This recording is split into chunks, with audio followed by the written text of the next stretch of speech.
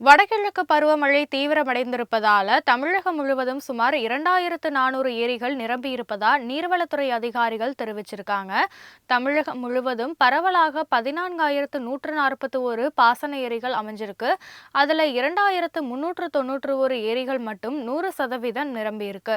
குறிப்பா கன்னியாகுமரி மாவட்டத்துல மட்டும் 440 ஏரிகள் 100% நிரம்பியிருக்கு. திருவண்ணாமலை மாவட்டத்துல மொத்தம் உள்ள 697 ஏரிகள்ல 277 ஏரிகள் நிரம்பியிருக்கு. ராணிப்பேட்டை மாவட்டத்துல 254 ஏரிகளும், மதுரை மாவட்டத்துல 246 ஏரிகளும் முழுமையா நிரம்பியிருக்கு. இதே போல தஞ்சை மாவட்டத்துல உள்ள மொத்தம் 641 ஏரிகள்ல 181 ஏரிகள் முழுமையா நிரம்பியிருக்கு. விழுப்புரத்துல 137 ஏரிகளும், திருவள்ளூர் மாவட்டத்துல 105 ஏரிகளும் முழு கொள்ளளவை எட்டியிருக்கு. சென்னைக்கு குடிநீர் ஆதாரங்களாக இருக்கும் நீர்நிலைகள்ல போதுமான நீர் இருப்பு உள்ளதால குடிநீர் விநியோகம் சீராக நடைபெறுவதாக அதிகாரிகள் தெரிவிச்சிருக்காங்க.